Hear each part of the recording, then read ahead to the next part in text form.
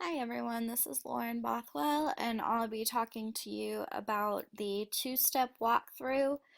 And Sagor covers this on page 97 to 101 in the Action Research Guidebook, the four-stage process for educators and school teams.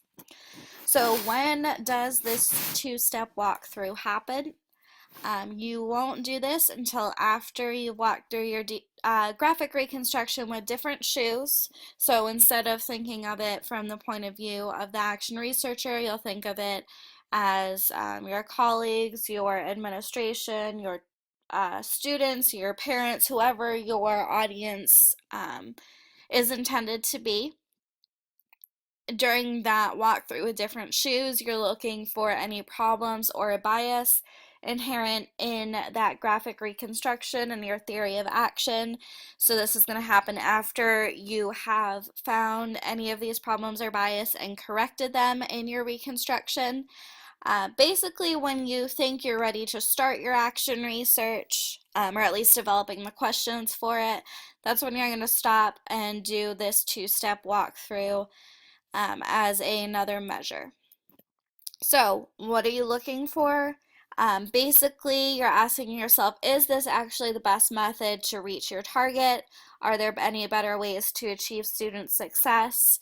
And also, this is really going to help you narrow down the focus of your research based on your graphic reconstruction, because that's most likely going to have a lot of different factors at play. It might be hard to settle on one specific one to research, or at least narrow it down a little bit.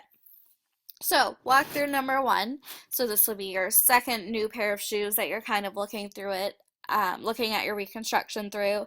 And this is to determine significance. So on page 98, Sager gives you the basis question for this walkthrough.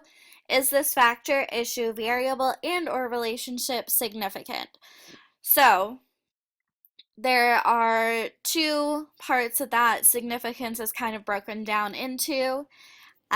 The factor, issue, variable, or relationship must significantly influence your phenomena and your end goal that you're studying, and it must be in your control. So the example he uses is parenting and self-esteem. So parenting style does significantly influence the phenomenon of self-esteem. I think almost anyone would agree with that. But parenting is not in your control. You cannot control how someone is parenting their child at home. Therefore, that would not be deemed a significant relationship because it is not in your control. It doesn't meet both of the criteria needed for being significant. So anything that does meet both of those criteria, both significantly influential and in your control, are marked with an S. He does say not to take the non-S's off of your graphic reconstruction. They are still valid pieces of the puzzle that you'll probably need to help it make more sense, but they're not going to be something you focus on.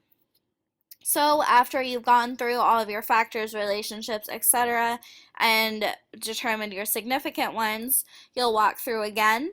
And this time you're determining your confidence in your assumptions. So I know it's been mentioned in a couple of other presentations and in the book, but basically everything that's included on your graphic reconstruction, all of your sticky notes, are assumptions that you have made. So on this walkthrough number two, you're going to assess your confidence in those assumptions. You'll ask yourself, how confident am I about the workings of this factor, variable, or relationship, as Sager says on page 100. This confidence can come from many different places. One example would be the literature review that you did ahead of time, any personal experiences you've had, things like that.